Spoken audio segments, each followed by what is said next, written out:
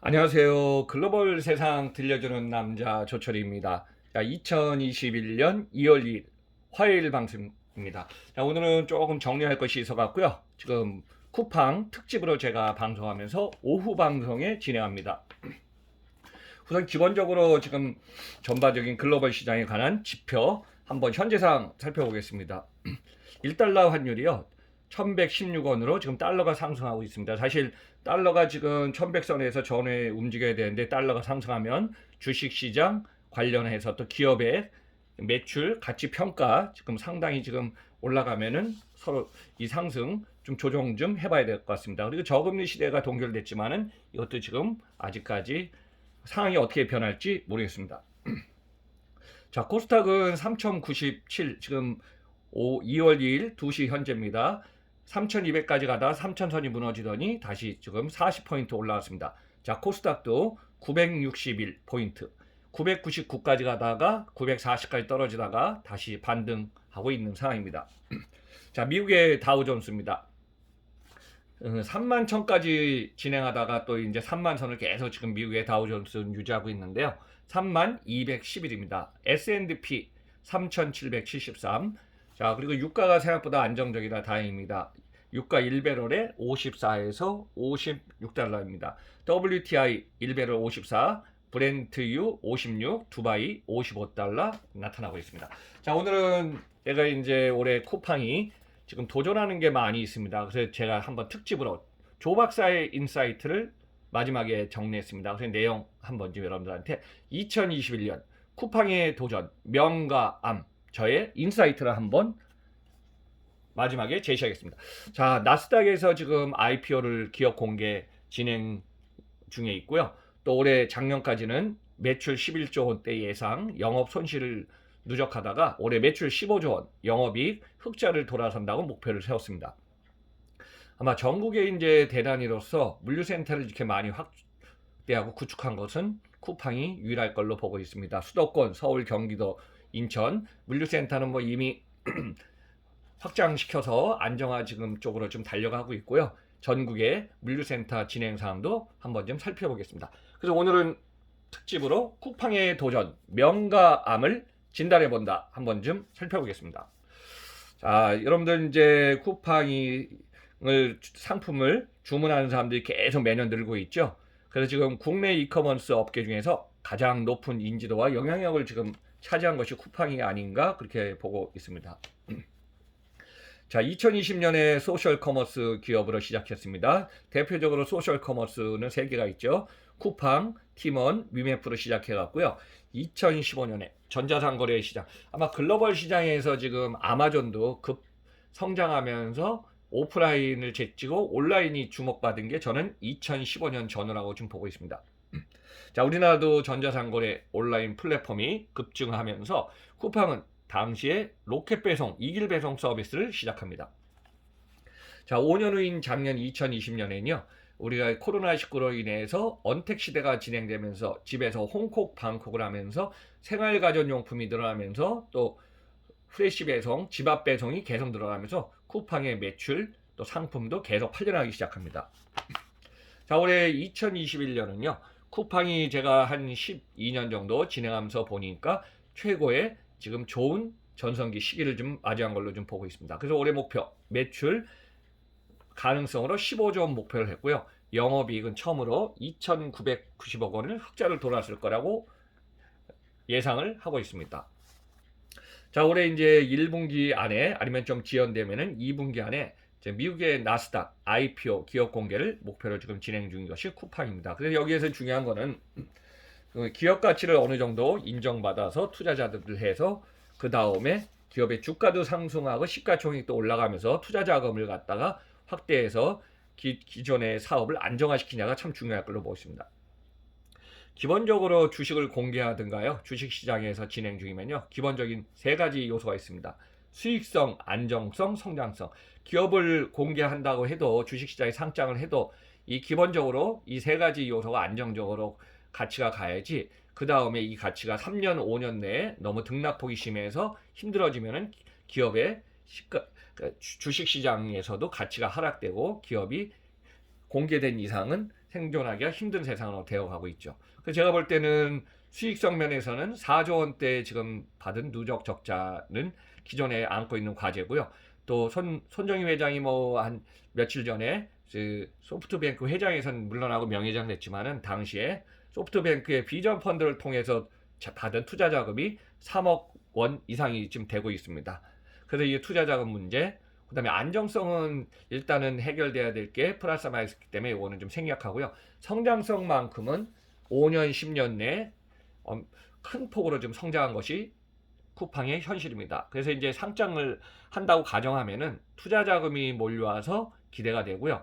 지금 국내 전국 네트워크 지금 확장해서 지금 구축 중인 거, 이 사업에 자금이 들어가면서 어느 정도 안정적으로 서비스 안정화가 될 걸로 보고 있습니다.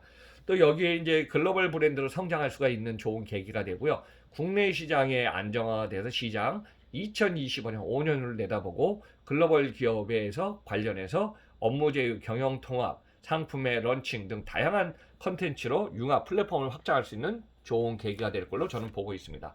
그러면 이제 명이 있으면 암이 있습니다. 누적된 투자 자금, 회수, 영업 손실 규모를 일단 올해부터 줄여 나가기 때문에 이거하고 또 내부적으로 안고 있는 인력 문제라든가 최근에 코로나19와 관련된 확산 문제, 또 물류센터에서 작업하다가 사망한 사망자의 관계, 여러 가지 이제 변수가 계속 지속적으로 발생할 걸로 보고 있습니다. 요즘 주변에서 여러분들은 아마 다 경험하실 거예요. 과거에는 30대, 40대, 50대까지가 주문했는데요. 작년에 이제 코로나19가 되면서 60대, 70대도 쿠팡에서 주문하는 사람이 주변에 보니까 늘어났다고 합니다. 그래서 연령별에 상관없이 쿠팡을 사용하는 사람들은 많아지고 있습니다. 그래서 온라인 플랫폼, 전국 단위 대형 물류센터 계속 구축 중에 있죠. 그리고 먹거리 산업, 배송, 쿠팡 이츠도 지금 계속 진행 중에 있고요. 자, 온라인 플랫폼 전국 단위 물류센터 한번 좀 살펴보겠습니다. 서울의 수도권 중심으로 인프라를 이미 몇 년 사이에 구축을 해갔고요. 지금 구축해서 이제 풀필멘트 대응 쪽으로 진행하고 있습니다. 그리고 이제 지역 단위로선 대구, 광주, 충북 제천의 음성, 경북의 김천시에 갖고 물류센터를 건립 확정하고 일부 지역 센터를 지금 준공하고 있죠. 그래서 제가 볼 때는 또 여기다가 풀필멘트가 라스트 마일인데 여기서 잠깐 설명하면은 여러분들이 저는 2005년에 일본에서 컨설팅 할 때 아마존 재팬 관련해서 또 일본의 아스쿨이라는 B2B, B2C 물류센터 구축 컨설팅을 그 전에 빨리 해봤거든요. 온디맨드 시대가 진행됐어 갖고요. 그래서 풀필멘트는 너무 큰 광역 거점에서 사실 이렇게 쉽진 않아요. 거리상에 빨리 갖다 줘야 되니까. 광역의 허브에서 가까운 거리는 되지만은 풀필멘트는 완전히 뭐냐면은 우리가 이제 기동부대예요. 근거리에서 빨리 갖다 주니까 안정화된 물류센터에 상품의 회전율이 높은 상품을 해줘야 갖고 물건이 수주 이행을 해야 되거든요. 그리고 여기하고 연결돼서 라스트 마일은 고객의 접점에서 빠른 배송을 해주는 게 포인트입니다. 말하자면은 고객 지향적인 원서 서비스가 진행되는 것이 풀필멘트 플러스 라스트 마일. 제가 항상 강조하는 그 내용입니다. 그래서 3PL 사업에 지금 시장에 진출하기 위해서 10월 13일 날, 아까 미안합니다. 1월 13일 날 국토부로부터 쿠팡의 물류자회사 쿠팡 로지스틱 서비스가 화물차 운송 사업 자격을 좀 다시 획득하게 됩니다. 그래서 저는 라스트 마일에는 다양한 배송 수단이 있어요. 또 아니면은 배송 서비스가 있습니다. 자, 쿠팡이 하는 거 한번 좀 정리해 보겠습니다. 자, 2015년부터 시작한 로켓 배송. 뭐 상품 주문율이 많은 거는 2시간 안에 갖다 주는 게 로켓 배송이고 2일 배송이 전제가 되어 있습니다. 또 프레시 배송, 아침에 먹거리 음식이라든가 이런 것은 새벽 배송도 좀 하고 있고요. 그다음에 일반인 배송, 그러니까 쿠팡의 이제 물류센터에서 일반인이 배송해주는 쿠팡 플렉스도 지금 진행하고 있고, 음식점 배송, 쿠팡 이츠 등 다양한 사업 서비스를 제공하면서 플랫폼에서 컨텐츠를 좀 태우고 있는 게 쿠팡의 현실이 아닌가 이렇게 보고 있습니다. 그러면은 충성 고객을 갖다가 계속 늘어나갔고, 충성 고객에게 유료든 부가 서비스를 제공해야 되기 때문에 아마 쿠팡은 뭐 과거에도 앞서가는 아마존의 다양한 걸 벤치마킹하면서 한국에서 필요한 한국의 소비자의 마켓을 계속 지금 돌리고 있는데요. 과거에 아마존이 아마존 프라임 유료 서비스에서 연동된 OT 서비스 프라임 비디오를 갖다 운영한 것을 갖다가 비슷하게 정기 유료 회원인 와우와 연동해 갖고요. OT 쿠팡 플레이가 지금 탄생해서 지금 진행 중에 있습니다. 여러분들 한번 생각해 봅시다. 사실 투자 자금을 받아서 기업의 가치를 높이 받아야 되기 때문에 우리는 이제 과거에도 음반을 팔고 뭐 하면 어때요? 미국의 뉴욕이라든가 미국의 헐리우드에 가야지 전 세계 확산되지 않습니까? 그래서 이제 작년에 기억나는 것도 BTS 방탄소년단도 미국하고 영국 큰 무대에서 지금 빌보드 차트 1위를 하든가 그만큼 주목받으면 전 세계에 다 확산되겠죠. 그러면은 기업의 가치가 올라가고 상품의 가치가 올라가고 네트워크가 안정화되면 어때요? 그만큼 투자 자금도 들어 사업하기가 좀 좋아질 걸로 보고 있습니다. 그 이제 쿠팡은 골드만삭스를 통해 갔고요. 2분기 안에 뭐 1분기가 지금 시간이 뭐 이제 한두 달 남았기 때문에 2분기 안에 나스닥 상장을 목표로 하고 있고요. 기업 공개 IPO 예비 단계를 지금 통과했다고 합니다. 기업 가치는 자체적으로 하는 거하고 외부의 투자가 아니면은 또 전문 기관이 하는 게 다 다양하지만은 종합적으로 보면은 한 300억 달러 가치, 33조 원의 규모 가치가 있다고 지금 보고 있다. 그러면 이제 거기서부터 이제 스타트 베팅을 하면 되겠죠. 제가 여기서 잠깐 좀 6년 전 얘기를 하겠습니다. 자, 최근에 이제 알리바바의 엔투그룹 주식 상장이 잘 안 돼 갖고 지금 주가 떨어졌는데요. 당시에 알리바바가 9월 15일로 제가 기억합니다. 지금 미국의 뉴욕 증권거래에서 주식 상장할 때 보면 그 당시에 240조 원이었거든요. 근데 지금 알리바바는 전성기 때는 거의 900 시가총액이 900조 원까지 가다가 최근에 주춤해서 지금 700, 800조 원을 좀 하고 있습니다. 그만큼 전 세계에서 주목되는 쪽으로 가면은 기업 가치는 커질 걸로 보고 있습니다. 그래서 이제 쿠팡이 전국 단위로 물류센터를 갖다가 진행 중에 있어서 지금 많이 현장 인력은 계속 늘어만 갑니다. 지금 이런 상황에서 물류센터에는 집중적으로 작업을 하기 때문에 코로나19 확진자가 현장에서 발생하면은 그 사업장은 일시적으로 또 잠시 가동을 중단해야 되는 상황인데 이런 리스크는 지금 당분간 계속 안고 있습니다. 또 지금 택배 배송 사원이나 영업소장이라든가 물류 현장에 보면은 여러 가지 상황에 따라서 사망자가 발생할 수도 있습니다. 이런 문제에서 지금 기업이 대응할 문제 여러 가지가 지금 과제가 발생하겠죠. 또 직원의 처우 개선 문제, 이거 다양한 이런 문제가 발생하게 됩니다. 또 하나는 뭐냐면 이제 최근에 퀵 배송 시장, 라스트 마일의 배송 시장이 너무 커지다 보니까 쿠팡 입장에서도 음식점 배달 서비스, 그래서 배달 수수료 문제. 제가 오늘 방송하고 있는 시간에 보니까 요기요가 지금 공정거래위원회가 지금 한번 좀 조사 들어간다입니다.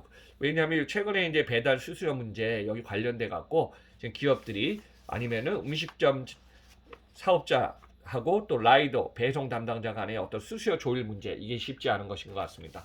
그래서 이제 라이더들한테는 한 번 주문 받으면은 일회 배송을 가야 되는데 우리가 이제 과거에 퀵 서비스라든가 또 우편물 배송 또 라이더들은 횟수가 많아요. 한 시간당 횟수가 많아요. 개인이 가져가는 이제 사업자니까 소득이 커지거든요. 근데 주문량을 갖다가 아무리 라스트 마일이라도 한 곳만 가라 하면은 수익 구조가 떨어지겠죠. 그래서 이런 문제 계속 풀어야 될 과제는 많은 것으로 보고 있습니다. 그럼 여기서 마지막에 조 박사의 인사이트 제언을 한번 좀 정리해 보겠습니다. 자, 쿠팡의 성장에는 지금 10년 동안의 회원수를 급격히 확대하면서 기업 가치를 위해서 많은 좋은 호재가 있었습니다. 또 여기에 이제 쿠팡을 사용하는 유료 서비스라든가 회원들에게는 다양한 서비스를 갖다 계속 좀 제공해 왔죠. 자, 두 번째는요. 투자 자금의 확대로 4조원째 누적 영업손실 진행한 것이 2021년에 나스닥 공개를 함으로써 이거에 대한 자금 또 회전율이나 조달이 가능하게 될 것으로 예상을 하고 있습니다. 자, 세 번째는요. 업계 리더로서 지금 한 1월 달이네요. 이베이 코리아는 매각을 갖다가 한다고 나섰고 지금 쿠팡 같은 경우는 지금 계속 사업이라든가 기업 가치를 올리고 있기 때문에 업계 리더로서 전국에 지금 확산되고 있는 물류센터 구축 이거를 안정화시키기 위해서는 나스닥 상장이 기본적으로 해야 되고요. 또 자금 회전이 너무 중요하기 때문에 이게 앞으로 2025년을 바라본다면은 쿠팡의 사업 규모 확대라든가 고객 확대는 엄청 커질 걸로 예상되고 있습니다. 자, 네 번째는요. 해외인 네트워크와 상품 런칭으로 글로벌 기업 도약 가능성이 커집니다. 저도 조철희 박사도 글로벌 30년을 보면서요. 국내 시장은 앞으로 8년 후에 인구가 줄어듭니다. 그러면 국내 시장의 인구가 줄어든 거는 소비 구매력이 지금 탄력이 떨어진다는 거기 때문에 국내가 아니라 2025년을 향해서 국내 국외 해외를 연결하는 플랫폼하고 사업이라든가 그 다양한 컨텐츠를 태우는 게 기업 가치가 더 커질 걸로 보고 있습니다. 다섯 번째는요. 국내는 코스닥, 국내 이제 코스피가 있고 코스닥, 아까 제가 말씀드렸지만은 국내 코스닥보다는 미국의 나스닥 시장이 뭐 워낙 크기 때문에 이 시장에서 기업 가치를 높이 올려놓으면요, 투자 자금 회수가 용이해지고 장기 플랜의 사업 전략을 할 때 안정적으로 실현할 수가 있게 됩니다. 자, 마지막으로 6번째 내용은요. 자, 국내 시장에서 안고 있는 매출이, 기업은 이제 매출이 커지고 규모가 커지면요, 그만큼 내부, 그 다음에 내실을 갖다가 다지면서 가야 됩니다. 그래서 이제 고용 문제, 법규, 규제, 거래제도, 지금 상품을 납품해주는 기업들과의 거래제도 개선 문제, 여러 가지 지금 이것도 얘기가, 다양한 얘기가 들리는데, 이러한 과제를 갖다가 지금 클리어하게, 공정하게 풀어나가는 이 과제가 지금 많이 있을 것 같습니다. 그래서 오늘은 여러분들한테 쿠팡 특집으로요, 2021년 쿠팡은 호재를 만났다. 그래서 쿠팡의 도전, 명가암을 조철희 박사의 인사이트를 통해서 한번 정리해봤습니다. 여러분들 항상 시청해주셔서 청취해서 감사드리면서 마지막에 구독 안 누르신 분은 쿡 부탁드립니다. 자, 조철희의 다양한 내용 계속 진행됩니다.